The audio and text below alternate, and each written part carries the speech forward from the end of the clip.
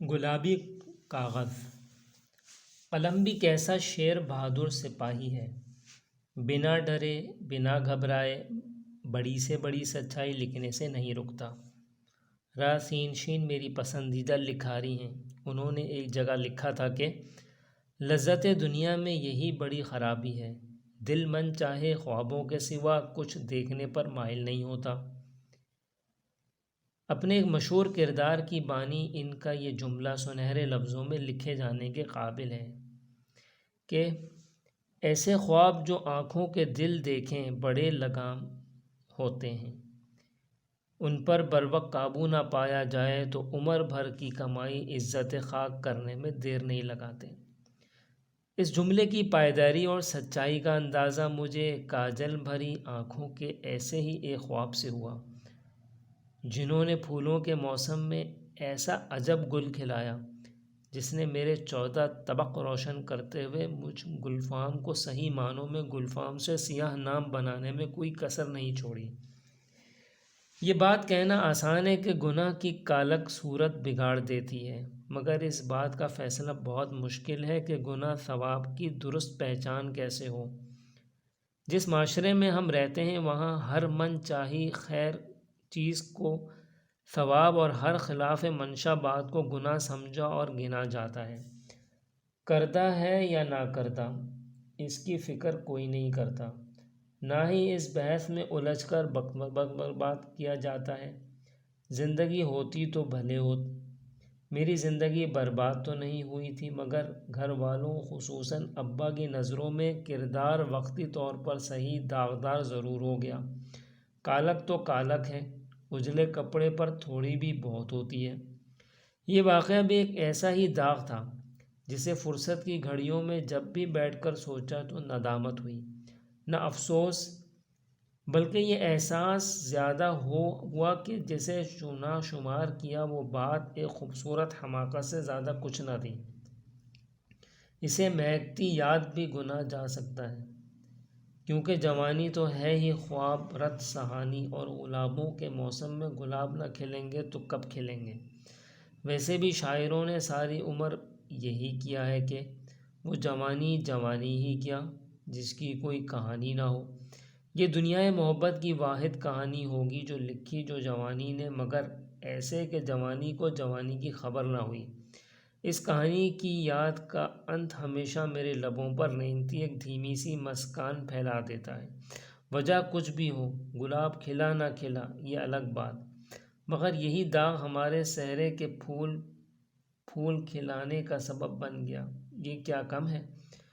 چھٹی کا سارا دن دوستوں کے ساتھ موج مستی میں گزرا کہ جیسے ہی میں گھر میں داخل ہوا، حسب سابق آنگن کے تخت پر پان اور ہندوستان کے قصیدے پڑھتی اماں نے مغل اعظم یعنی والد صاحب کے دربار میں فوراً حاضر ہونے کا پیغام دیا۔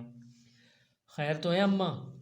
ایسے سخت بلاوا تو نتیجے کے دنوں میں بھی کبھی نہیں آیا۔ مجھے تشویش ہوئی۔ اماں نے پان منہ میں رکھتے ہوئے سر ہلا کر لا علمی کا اظہار کیا تو میں چپ چاپ ابا جان کے کمرے کی طرف چل پڑا۔ کھلا دروازہ بتا رہا تھا کہ شاید وہ میرے انتظار میں ہی تھے۔ السلام علیکم ورحمۃ اللہ وبرکاتہ ابا جان۔ اماں نے بتایا کہ آپ نے یاد کیا ہے۔ میں نے تابعداری میں تمام ریکارڈ توڑنے کی کوشش کرتے ہوئے سلام کیا۔ سلام دعا بھی ہوتی رہے گی بیٹا جی، پہلے ادھر آؤ اور مجھے بتاؤ کہ یہ کیا ہے؟ ابا جان نے بلا تمید مجھ مسکین کے سامنے خوشبو میں غرق گلابی رنگ کا کاغذ لہراتے ہوئے پوچھا، جس کے چاروں کونوں پر بنے لال سرخ دل کبوتروں نے اپنی چونچ میں پکڑ رکھے تھے، جس کے معنی یہ تھے کہ یا تو لکھنے والے نے اپنا دل کاغذ پر نکال کر رکھ بھیجا ہے، جو اس بات کی دلیل ہے کہ وہ ہم پر مر مٹا ہے۔ بھائی دل کی بات بھی تو دل ہی ہوتی ہے۔ اس زمانے میں دل کی ایسی یا تیر والی تصویر اندر کے موسموں کی اصل اور خالص ترجمان سمجھی جاتی تھی۔ میرے حصے میں کبوتر والا دل آیا تھا جو آغاز محبت کی علامت تھا۔ یہ اور بات کہ میرے ہاتھ کبوتر اور ابا کے ہاتھ تیر ایک ساتھ آیا تھا، جو یقیناً انارکلی کی محبت کا جنازہ اٹھانے والا تھا۔ ہائے بیچارہ سلیم ہر بار بے خبری میں ہی لٹ گیا، بالکل میری طرح۔ میری زندگی کا پہلا موقع تھا کہ مجھے ایسے کیس میں پیشی بھگتنا پڑ رہی تھی، سو میں ابھی ان تمام باریکیوں سے آگاہ نہ تھا۔ عاشق حضرات جن کے ماہر ہوتے ہیں، کسی تیز ترین خوشبو کا استعمال کیا گیا تھا۔ یقیناً بھیجنے والا خوشبو کی شدت کے ذریعے جذبات کی حدت سے آگاہ کرنا چاہتا تھا۔ شاید اسے بھی یہ خدشہ ہو کہ ہلکی خوشبو تیز خوشبو کی نسبت جلدی اڑ جاتی ہے، پائیدار نہیں ہوتی، اس لیے تیز عطر میں خط ڈبویا گیا تھا۔ جس نے بھیجا تھا کمبخت بلا کا فضول خرچ تھا۔ مہنگائی بھرے زمانے میں پوری شیشی ایک کاغذ پر خرچ کرنا کہاں کی عقل مندی ہے؟ یہ بات اس کے جذباتی ہونے پر دلیل ہے۔ میں دل میں اردو والے ماسٹر عارف کی طرح گلابی کاغذ کی شرح کرنے میں ایسا مصروف ہوا کہ بھول ہی گیا کہ کہاں اور کیوں کھڑا ہوں۔ لڑکیوں کی طرح سر جھکائے خاموش کیوں کھڑے ہو؟ کیا میں تمہاری چپ کو اعتراف گناہ سمجھوں؟ ابا گرجتے بے ساختہ میری سر نفی میں ہلا۔ پھر بتاتے کیوں نہیں کیا ہے یہ؟ ابا جان نے ایک بار پھر کاغذ لہرایا، جو لہرانے سے زیادہ پھڑپڑایا۔ کیا ہے؟ کچھ نہ سمجھتے ہوئے میری زبان نے بل کھایا اور میں نے گھبراہٹ میں سوال دہرایا۔ سوال کی تفہیم اور تشریح بے حد عمدہ ہو سکتی تھی۔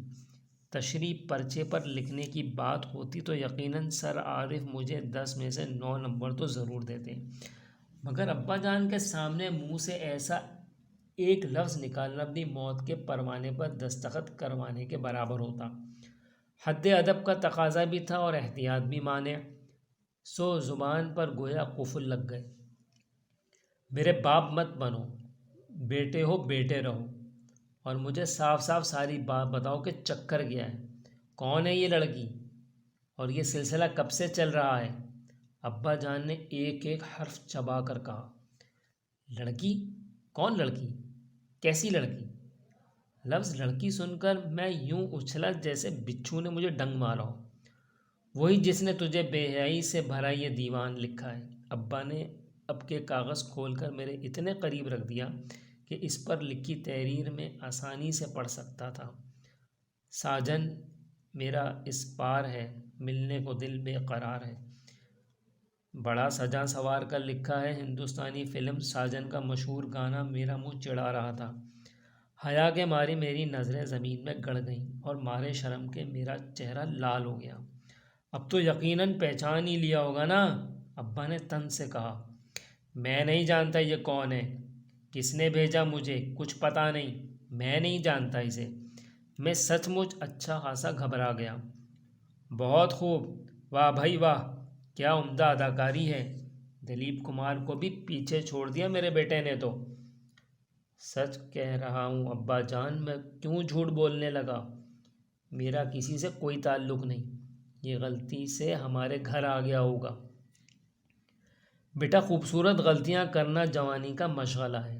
اس خط کا آنا غلطی نہیں، بلکہ یہ خود کسی جوان کی غلطی ہے، اور غلطی سے اس جوان کا نام سلمان اکبر ہے، جو بھیجنے والے نے کاغذ کے کونے پر بنے ہر دل میں لکھا بھیجا ہے۔ ابا نے لفظ غلطی پکڑ کر اس کی پوری گردان سنا ڈالی۔ ابا جان میں آپ کو کیسے بتاؤں، یہ خط سے میرا کوئی تعلق نہیں، میں منمنایا۔ دیکھو بیٹا، یہ بال نہ دھوپ میں سفید ہوئے ہیں، نہ میں سترہ بھترا ہوا ہوں۔ مجھے اچھی طرح یاد ہے کہ میں نے تجھے ایکٹنگ اسکول نہیں، کامرس کالج میں داخلہ لے کر دیا تھا۔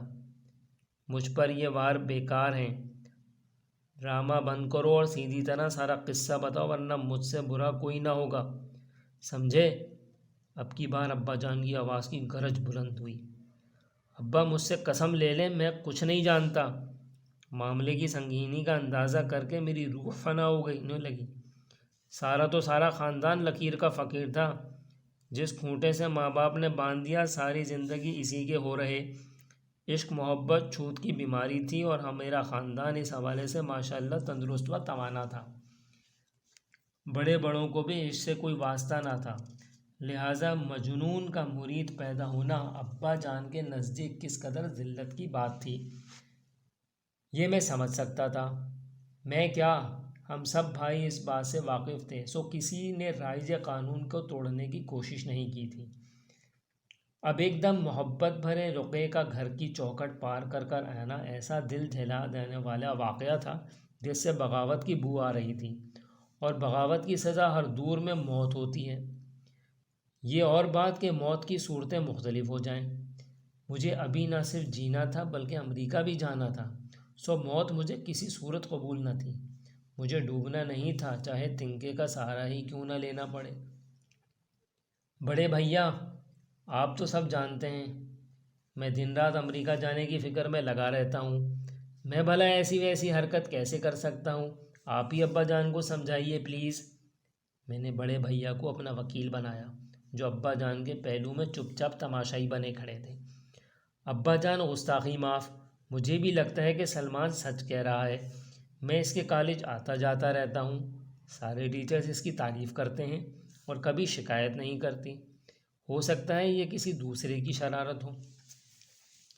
بڑے بھیا کو مجھ پہ ترس آیا تو انہوں نے ابا کا غصہ ٹھنڈا کرنے کی کوشش کی۔ صلاح الدین، مجھے پتہ ہے یہ تیرا لاڈلا ہے، لیکن اس کا مطلب یہ نہیں کہ تو اسے غلط رعایت دے۔ عاشق اور چور بھی کبھی مانے ہیں؟ جو یہ مانے گا۔ زیادہ پڑھا لکھا تو نہیں ہوں میں، پر اتنا ضرور جانتا ہوں انگلی پکڑا دیں تو ہی کوئی ہاتھ پکڑنے کی جرات کرتا ہے۔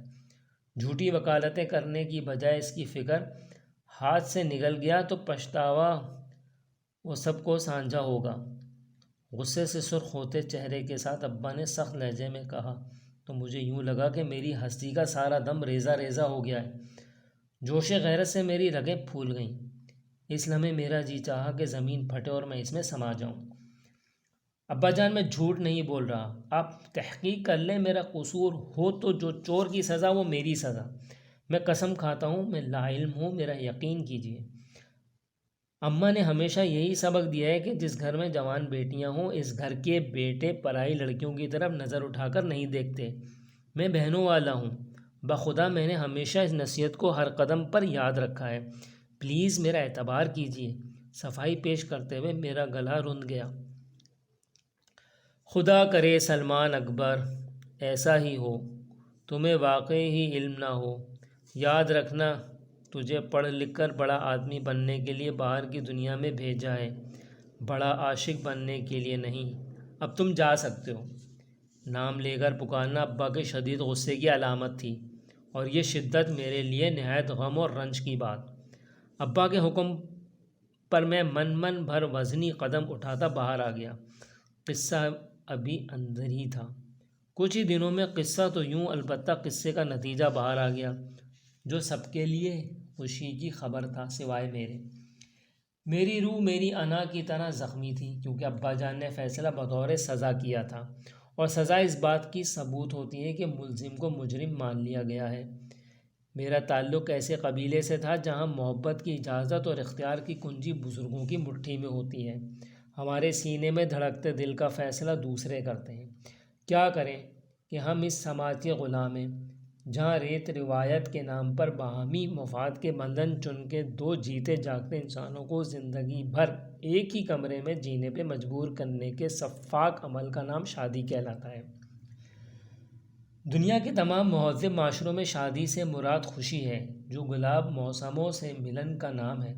ہمارے ہاں پرورش کی قیمت کے نام پر اس سوداگری کا چلن عام ہے۔ میں بھی اسی سماج کا ایک ناکارہ پرزہ تھا، سو اسی پیمانے پر مجھے بھی تولا گیا۔ مجھ بے جرم و بے خطا کو ہاتھ میں رکھنے کے لیے ابا جان نے بڑے بھیا کی مشاورت سے یہی داؤ کھیلا اور ان کی سالی صاحبہ کے ساتھ میری منگنی طے کر دی۔ اس فیصلے کے بعد انہیں اطمینان تھا کہ کم از کم اب بیٹا نہیں بگڑے گا، زندگی بگڑ جائے اس کی خیر ہے۔ 1.5 سیانوں کی اکثریت ایسے ہی فیصلے کیا کرتی ہے، جنہیں ہم جیسے مان بھی لیتے ہیں۔ میں بھی مشرقی ناری کی طرح سب سے بڑا روگ یہ ہوتا، کیا کہیں گے لوگ، دامن پہ لگا داغ دھونے اور ابا کی نظروں میں کھویا مقام پانے کے لیے گھوڑی چڑھنے کو تیار ہو گیا۔ مجھے راضی دیکھ کر بڑے بھیا بہت خوش ہوئے اور میرا کندھا تھپ تھپا کر مجھے میرے عقل مندانہ رویے پر شاباش دی۔ میں نے بھی شے پاتے ہی ان کا یہ بات واضح کر دی کہ آج یا کل میری منزل امریکہ ہے اور میں ایک نہ ایک دن ضرور وہاں جاؤں گا۔ بڑے بھیا کو اس بات پر کوئی اعتراض نہ تھا، وہ سر ہلاتے خاموش ہو گئے، شاید یہ سوچ کر کہ جوانی دیوانی ہوتی ہے اور دیوانوں کے خواب ایسے ہی ہوتے ہیں، حقیقت سے بہت دور۔ میرا حال یہ تھا کہ میں اس اندیکھی بلا کو کوستا رہتا تھا جو فساد کی جڑ تھی۔ میری مثال ایسی ہی تھی کہ کھایا پیا کچھ نہیں، گلاس توڑا 12 آنے، جبکہ میرے حال سے بے پرواہ سب گھر والے جوش و خروش سے منگنی کی تیاریوں میں مصروف تھے۔ دھڑا دھڑ جوڑے خریدے جا رہے تھے اور گوٹے کناری کا کام عروج پر تھا۔ منگنی بھی ابھی ایک ہفتہ باقی تھا، جبکہ گھر میں شور شرابہ ایسے تھا جیسے بارات کو کل ہی جانا ہو۔ شور، ہنگامے اور آتے جاتے سب کی چھیڑ چھاڑ سے بچنے کے لیے میرا زیادہ وقت بڑے بھیا کی صدر والی الیکٹرانک شاپ پر گزرنے لگا۔